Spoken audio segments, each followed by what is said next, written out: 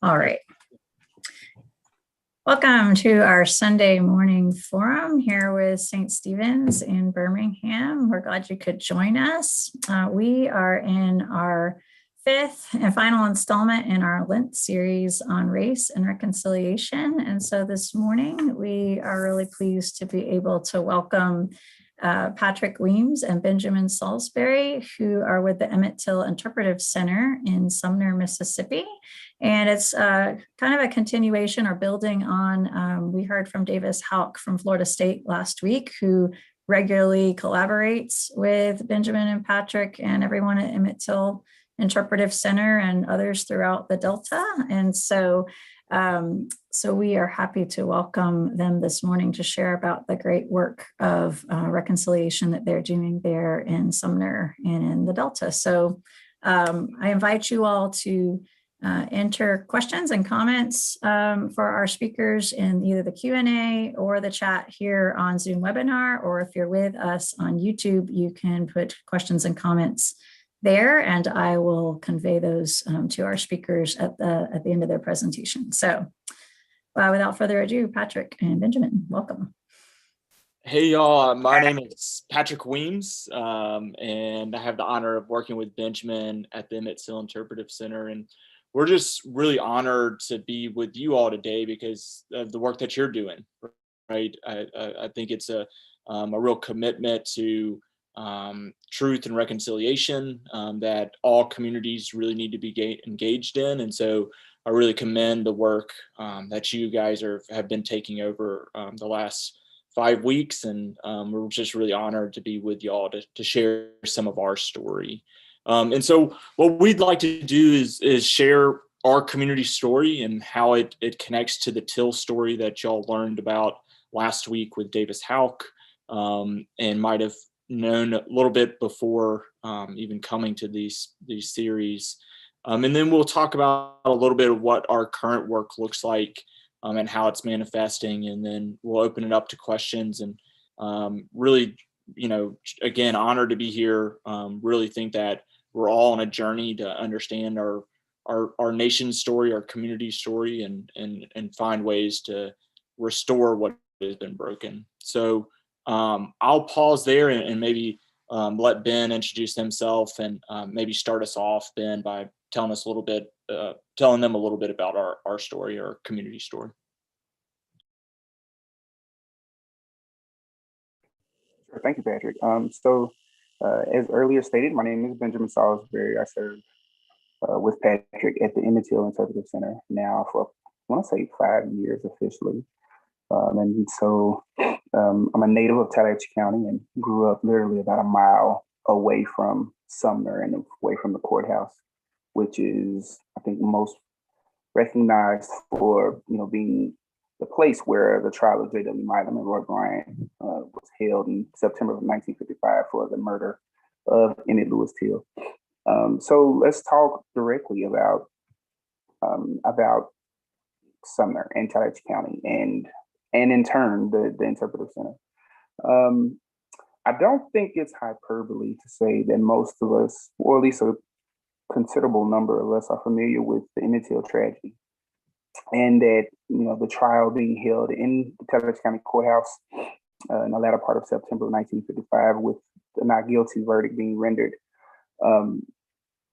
in no small way helped spark the civil rights movement. And so you have the mid 50s and up to basically the mid 60s where our region and to some extent the nation as a whole finds itself in transition. And then you have the passing of legislation that speaks to the acknowledgement of civil rights and giving folks the right to vote and things of that nature. And let's just fast forward directly into the 90s.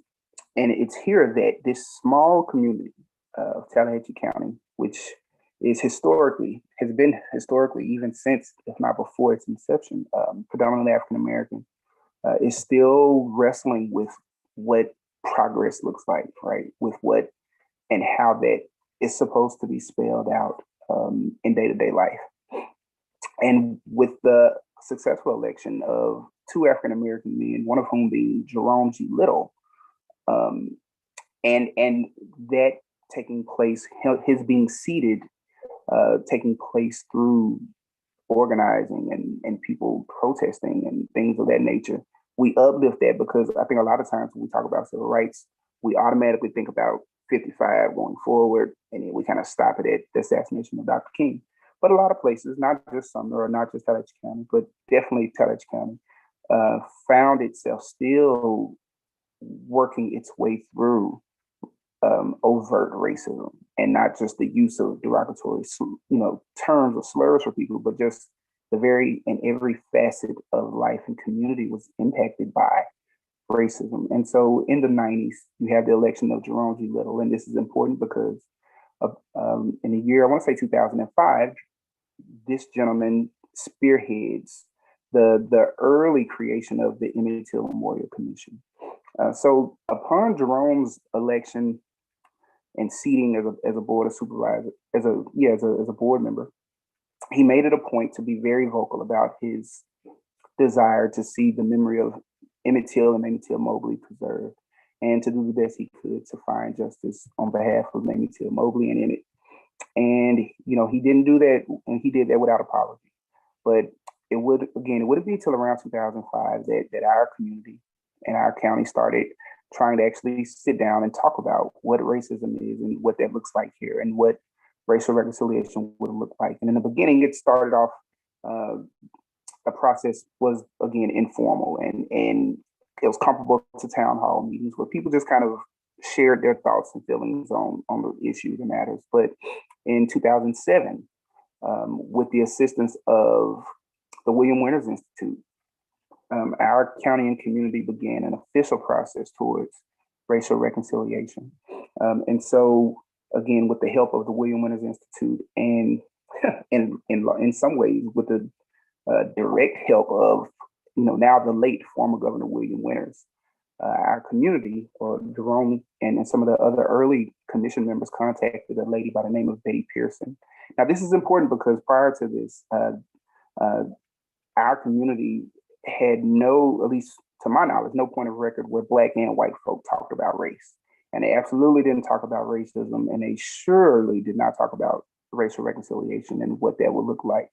But Betty Pearson, being a native of the county, anywhere between 4 to 5 generations down, and having a relatively good rapport with both Black and white folk, or the Black and white community, Jerome and others felt that, well, again, under the direction of former Governor William Winters, that she would be an ideal person to contact as a way and means of bridging this process to create one that would allow the whole of our community to be represented in these conversations.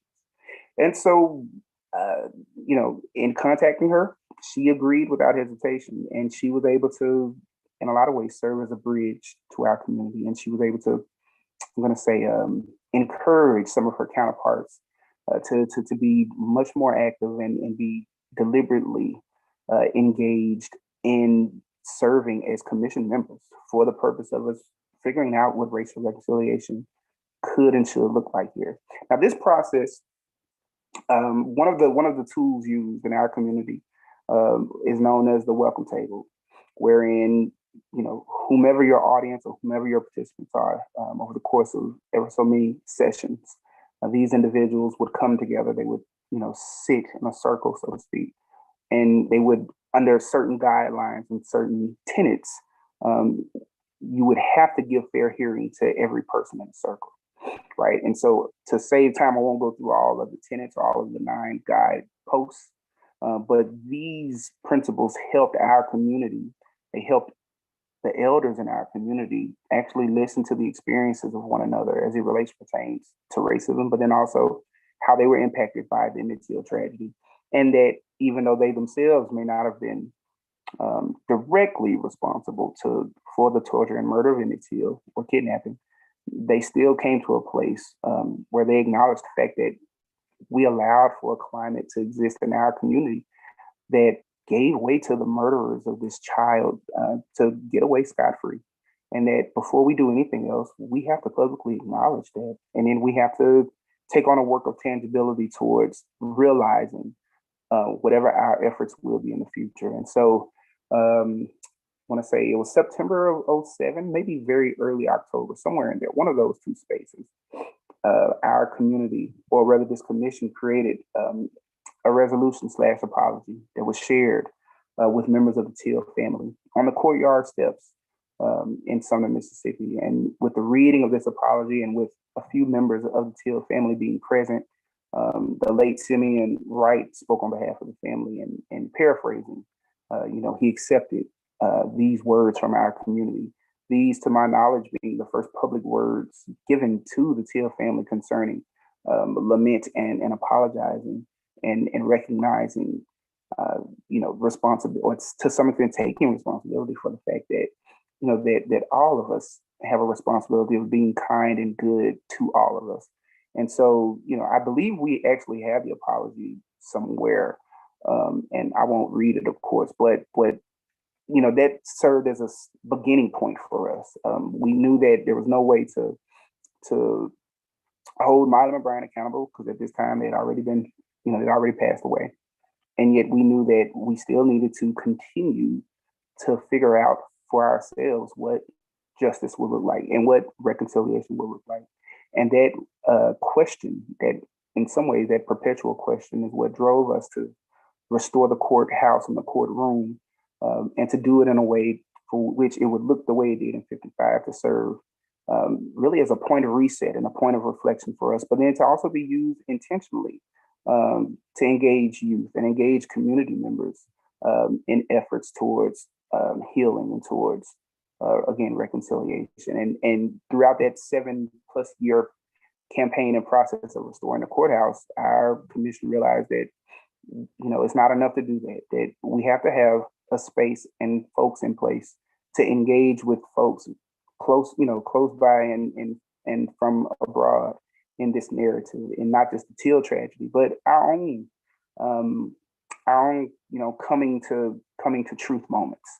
And so that, in a lot of ways, is what helped give birth to the Emmett Till Interpretive Center, which opened in the spring of 2015, along with the restored courtroom, which was then open to the public. And since then, our organization and institution has worked with the community in a number of ways to try to engage them in reconciliation, and to do it by the use case of the arts, right? And using various mediums of the arts to help young folk and others share their narratives and give fair hearing to others and process these past pains, while also reimagining new narratives and figuring out ways to reclaim and restake identity together.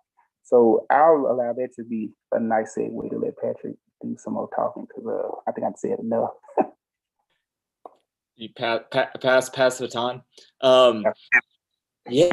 I thank you, Ben. I think it's super helpful. And so Ben went from 55 to the mid 90s to today, in 2007 to today, the work that we're doing.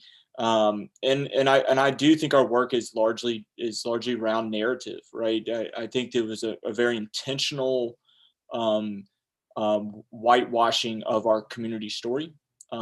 We intentionally changed our courthouse so that you couldn't even recognize that it was the same courthouse in 1955. We intentionally did not put up any historical markers or any acknowledgement of what took place in 1955. And I think by doing that, it allowed for racism to continue, for white supremacy to continue. And so I think the work of intentionally putting these sites back on the map and saying we're not going to ignore this, but we as a society need to deal with these past traumas, because we're only going to continue them and continue hurt if we don't acknowledge it. And so I think it's just kind of fascinating that the idea of changing the physical landscape changes the cultural landscape, and how that can impact how we move forward as a society. So I'm happy to talk about some of the resistance that we've had to that apology, to that memory work. I think Ben and I can talk about some of the projects that we're currently working with and trying to figure out, and by no means have full answers to how this work is done, but we're at least pilgrims trying to work our way through it. So maybe I'll pause here. I mean, I really would love to go on y'all's direction, even if that's John and Becky tell me where to go, but also anybody in the community, anybody on the attendees too. I've got a question that y'all kind of just raised for me personally that, Ben, you're talking about how you're using art to essentially be able to kind of work towards that reconciliation. And one of the things that we've seen in the last year and a half is the way that we engage in art and culture has changed drastically. And that inability to gather, to sing, to see plays, to imagine. I'm curious, what the effect of the last year has been on your work, how that's changed, if it's created kind of more opportunities for engagement or it's created resistance due to that inability to gather. And yeah. Yeah, so great question. I mean, for our institution, definitely due to COVID, we've had to. I mean, let's just be clear. We the work continues, right? Like we have not stopped. The only thing that we kind of stopped doing is actual physical space sharing when it comes to engagement. And in turn, we've had to look at various ways to use digital platforms to engage, whether that's hosting programs, which we've been able to do occasionally, or just using social media to give points of history and facts concerning the Emmett Till narrative, but also developments in current events that are tied to the Emmett Till tragedy / story, and also developments that kind of point to, for lack of a better word, positivity, right? Throughout for the last year or so, there have been a number of sites that that again are in the Chicago area that have garnished national attention for gaining preservation of some sort and type, be it on a local or state level, and even relatively recently having the endorsement of I believe it was one of the Illinois senators giving legislation to a potential site, that being the Robert's Temple Church of God in Christ. So, and that's not something we're taking credit for. I'm just using that as an example of showing that in spite of the pandemic, one of the things that we value very greatly is engagement. And the arts, right, the liberal arts, is a tool of engagement. But due to the pandemic, we've, in spite of the pandemic, I should say, our pivot, or slight pivot, has been just the use of various digital platforms to try to continue to engage the public and those for whom are already aware of, but then hopefully even those that may not know anything about Emmett Till and Mamie Till Mobley or the Interpretive Center or other organizations that are doing really good work concerning the preservation of the memory of those persons. Patrick, feel free to. Yeah, no, I just want to plug a couple of things. So we were able to do a virtual 65th anniversary event, and we've had some readings. So Patricia Smith, who is a poet, did some readings on Emmett Till. And then we had Kiese Lehman, who's at the University of Mississippi, who writes a lot about the Black experience in Mississippi. An incredible writer. Maybe we'll put it in the chat or send it out later.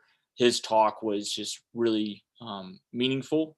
And then we have Caroline Randall Williams, who did the opinion article in the New York Times about "My Body is a Confederate Monument," and as a light-skinned Black woman talking about what that means. So we're going to have her in conversation with Wright Thompson, who's a writer for ESPN who lives in Mississippi and who's been thinking about a lot about the Emmett Till work of late. So I think it's different type of engagement. I mean, the story is national, so it does allow for more people to want to engage in it. But our hope is to work on getting young people back in this summer so they can start doing their own documentary film works. But we're in the same boat as y'all, trying to figure out what can we do, what can't we do.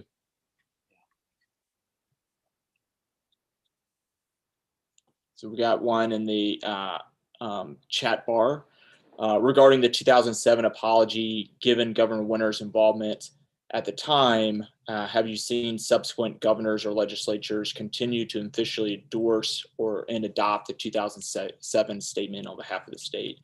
No, we haven't. You know, the apology was a little bit of an outgrowth of what took place in Philadelphia, Mississippi, where the 3 civil rights workers were killed. So their community came together to try to figure out some type of memorialization process for the 3 civil rights workers. And they realized they couldn't because the murderer was still alive. And his name was Edgar A. Killen. And because he was a preacher, he always had a hung jury and was never convicted. And so their community decided in 2004, 2005, that instead of doing a memorial, they should do a call for justice. And so our apology was really adapted off of their call for justice. And 41 years to the date of the murder, Edgar A. Killen was brought to justice in the season of Epiphany. And so it's interesting, kind of like the ripple effect. While the state hasn't done much other than change our state flag, that local communities really are working this out in our own ways. And so in some ways, I think that's better, right? That it reaches more people, that more people have to engage with what our responsibility is. At some point, I hope the state of Mississippi would offer an apology to the Till family. I think it's time. But in the meantime, I think we have to do what we can on the local level. I'm curious how your work has been received there in the Delta, you know, in terms of, there's great collaborations, it sounds like, with the local schools and doing these kind of listening groups that Benjamin was alluding to. And you have done the historic preservation work. Of course, there's been the issues with the signage, the historical markers, and having to, replace them, and all of the, I guess, tension around those kind of things. I guess my question is, how has the community either support you all and are involved, or are there people who continue to kind of question why this is necessary? Like, tell us about how this fits into the life of your community there. Waiting on Ben. You did what? I was waiting on you. Oh yeah, yeah. So, in a lot of ways, it's been a mixed response, right? In that you have people in our community, and by community I mean in our local proximity, for whom absolutely support us, whether it's through donations, whether it's just through sharing person to person engagement concerning programs we may be having, or at least definitely prior to COVID, or the occasional volunteering aspects of it all, and or a combination of those things. And then, but you also have people who are overtly against it for different reasons. Some of those reasons I think stem from just, again, I think just being very uncomfortable with change, right? Being uncomfortable with the inevitability of change, and knowing that as an individual there's very little they can do. And so that feeling of I guess powerlessness, for whatever reason, rooted in something that doesn't really exist, gives way to some of the opposition. Now, like, speaking to like the vandalism of the signs, in all fairness, we really don't know who has been doing it. And so being objective, I can't sit up here and say, well, people that in our community don't like what we're doing, so they shoot up the signs. Like I don't think that's a fair assessment. With that being said, knowing the community, I can't rule it out completely either. But having said those things, it's been and I think that's reflective of almost anything that people work towards. Anytime you have a group that's resolved to, if nothing else, resolved to acknowledge where we come from or what we've come through, you're going to have a pocket, or you're going to have a demographic of some sort that is, to say the least, uncomfortable, and sometimes are overtly uncomfortable with and or opposed. Thankfully, though, I believe that the lion's share of our community members are actually in support of the work, and they've shown that support over the years in various ways. And we're still, we're optimistic that support will grow, in the months and years to come. So, I mean, Patrick, you're free to. I think that was a good assessment. I mean, I think what Ben is saying is that it's not monolithic, right? Like it's all over the place. To one extreme of people either shooting signs or like literally wanting to rip our signs out of the ground. I'll tell a short story that right before the 2007 apology, one of our community members, an older white man, backed his truck up to rip out the first historical marker that we placed in front of the courthouse, and was just irate, was using the N-word, was just really belligerent. And so one of our board members was called to come talk to him, and she said, "Jolie, what's the matter?" And he said, "Well, I want to know who's responsible for this. I want to know who put this marker up." And she pointed to herself, and she said, "We did. The community did. We put this up." And he, was a little thrown off, and he said, "Well, we shouldn't be talking about this. We shouldn't be bringing up the past. This is long gone. This is dead. We shouldn't be bringing this up." And so she said, listen to him, right? Gave him space to say what he needed to say. And then finally asked him, "Jolie, how old is your son?" And he's like, I don't know. I think he's about to turn 14. And she said, "Well, that's the same age Emmett was. And we're not trying to force anything on anybody. We're not trying to change anybody's way of life. But we think this is an important story to tell, so it never happens to anybody else's 14-year-old. So like even in that story, right, and I'll continue it on, when you have somebody who's just irate, but then you also have a white woman in our community who was just very resolved to say that this is it. And even them, I think they're on spectrums of like the work and where they're going with it. So Jolie comes back to her house later that night and asked to see our board member, and she was nervous, didn't know whether he had a gun or what was he, coming to knock on the door for. And Jolie said, when she answered, I talked to my wife last night, and she works at a garment factory, and we want to donate a fabric so that you can have a proper unveiling of that historical marker the day of the apology. So it's a spectrum. There's lots of different viewpoints. I think we've, by intentionally being public, by intentionally changing the landscape, it forces people to deal with it. And sometimes it's productive reconciliation moments, like I just mentioned.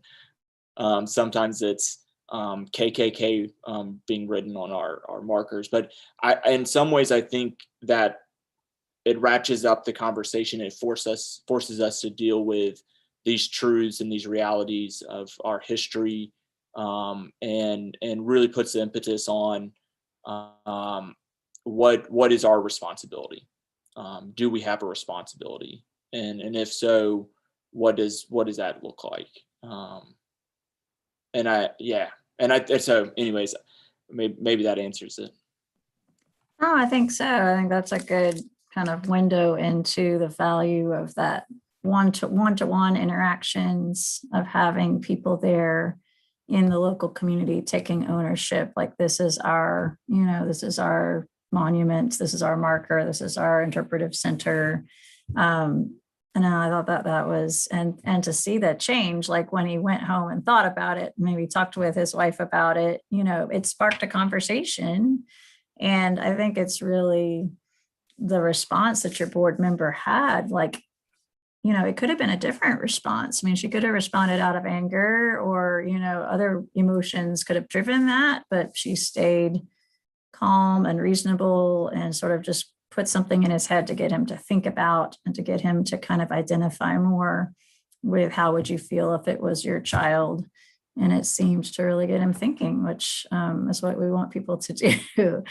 I'm curious about the degree to which either churches or church people are involved in the work of reconciliation there in Sumner, or who have kind of gotten involved in your work.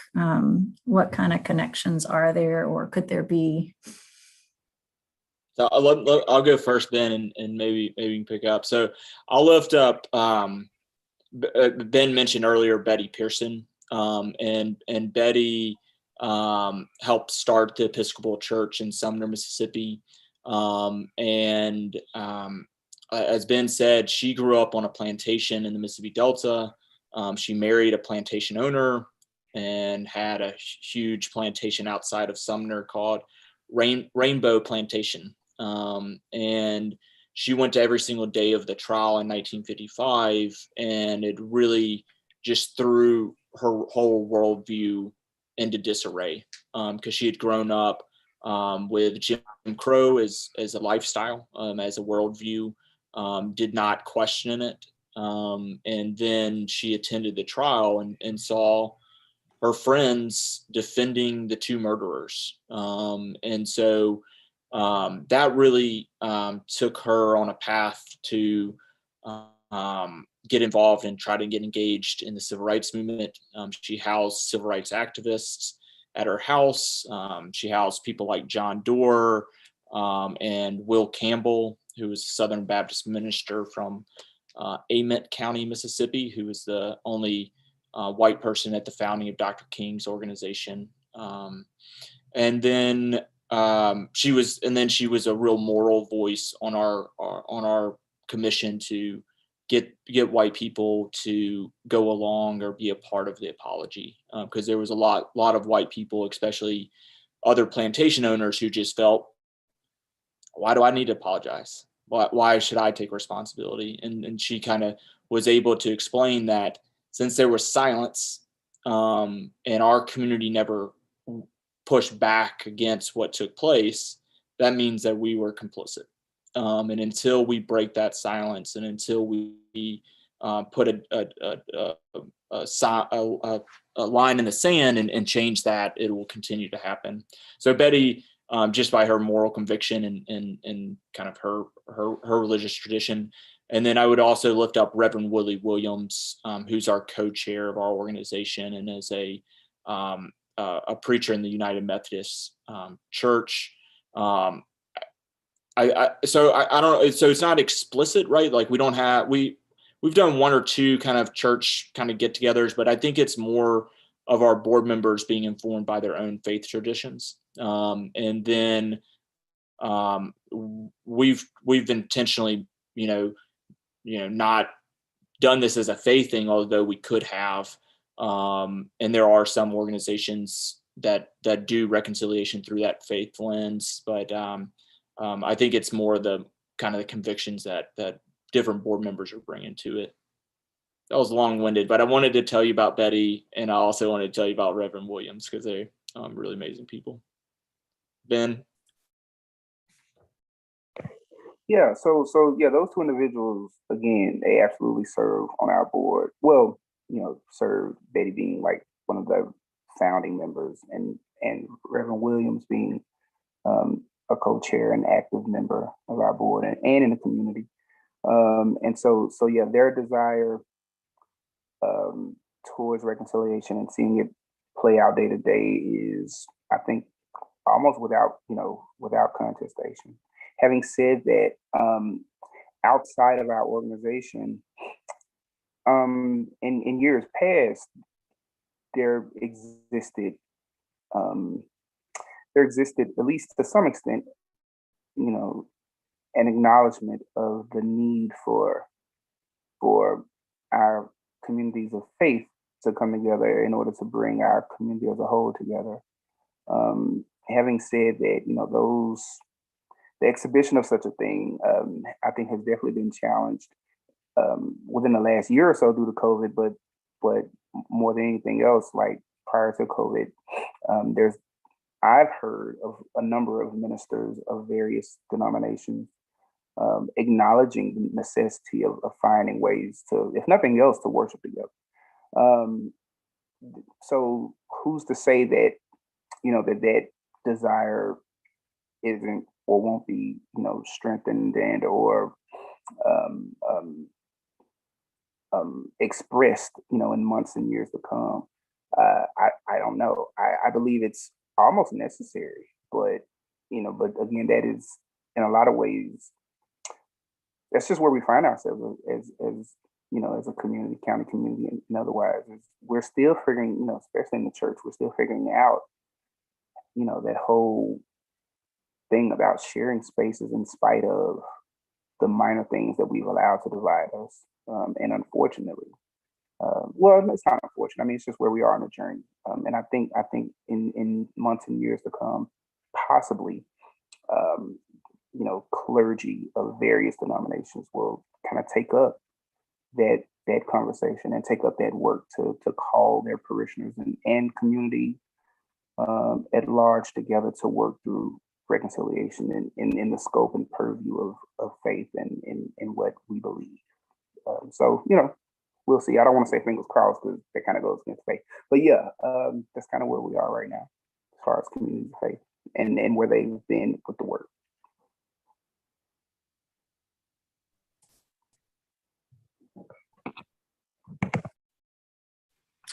What do you all see as sort of the next steps in your work there in Sumner and in the Delta, as far as what will the Emmett Till Interpretive Center, what are kind of the next things you all will do as we come out of the pandemic? Like, do you have new kind of projects, or is it mainly kind of getting back to how things were before and then moving on from there? So I'll lift up a couple of things that we're working on and that you should stay tuned for. So one is, like Ben mentioned, we've been working with the Till family in Chicago to save the church in Chicago where the open casket was held, just as a seminal place for Mamie's courageous stance to say, I want the world to see what they did to my child, and how that image really impacted people throughout the world, and put racism front and center in 1955 and continues to do today. And so, like Ben said, there's legislation pending. We've got a website, tillnationalpark.org, where we're asking folks to sign up to just a petition to create a Mamie and Emmett Till National Park. And so for the long-term work of restorative justice, and that these sites need to be safe and forever, and for the ever game. So that's one thing we're working on. We've got a national curriculum that we're about to start for K through 12. We're working again with the Till family and with a scholar named Chris Benson and with Facing History and Ourselves to create a national Emmett Till curriculum that anybody can use, specifically high school teachers, to engage in this subject matter. And we're going to be doing that, co-creating that with young people in our community so that they can give voice to that curriculum. And then we're developing some more memorials. The sign, or the river site where the sign has been shot up, we're going to be engaging some community conversations about what a permanent memorial at that river site might look like. And so we'll have some big news to share for Emmett Till's 80th birthday, what would have been Emmett Till's 80th birthday on July 25th. So be on the lookout as we get back to somewhat normal and But definitely just continue to engage in this type of work. I probably left out 8 other things, Ben, but I don't know what those might be. Well, I mean, I think, with the time constraints we're working with, I think we're good. I think you kind of mentioned the relatively big stuff, so we're okay. Yeah. I think there was a question raised in the chat. Yes, there is one in the chat. Yeah, I mean, I think it's, I mean, the question on justice is one that is overarching in this, right? That the Till family has never received justice. Carolyn Bryant, the white woman at the center of the incident, is still alive. The reopening happened in the mid 2000s, but there was never a grand jury. I mean, there was a grand jury, but then there was never a real trial. So what we've been left with is, since most of the murderers are dead, and since Carolyn Bryant has never been brought to justice, is how do you engage in justice work despite that? And so I think that's a lot of that is outside of the criminal justice system, the judicial system. And I think that's why it's so important that things like the National Park Service happen. Things like just putting up memorials and keeping them up as a point of reflection. We've worked with the Mississippi Center for Justice a lot. They're a pro bono advocacy law firm, and we've invited the University of Mississippi Law School to the courtroom. And so there are small ways that we've interacted with attorneys and judges, but a lot of it's been outside of that system. Patrick and I'm grateful y'all are sharing your time with St. Stephen's this morning. I've got to sneak off to we have a service at 11:15 outside, but I was reflecting. I read an interesting, I thought a pretty thoughtful article by David Brooks, his opinion piece a couple days ago, talking about Christian social justice and looking for a hopeful vision that doesn't, erase everybody with a bad tweet in their career, but talking about the importance of memory, which is what you're doing, and that connection to, why should Christians care? Well, we tell a story of Exodus, of liberation that is, and he makes this kind of claim that's a story of marginalization and transformation, and it's the memory of it that helps people process and move forward in a hopeful way. And so I commend your work, and I think that for people of faith to see the importance of telling the truth in memory, it's not about shame, it's about the actual memory and retelling kind of moves us towards reconciliation. And so I'm grateful for that work.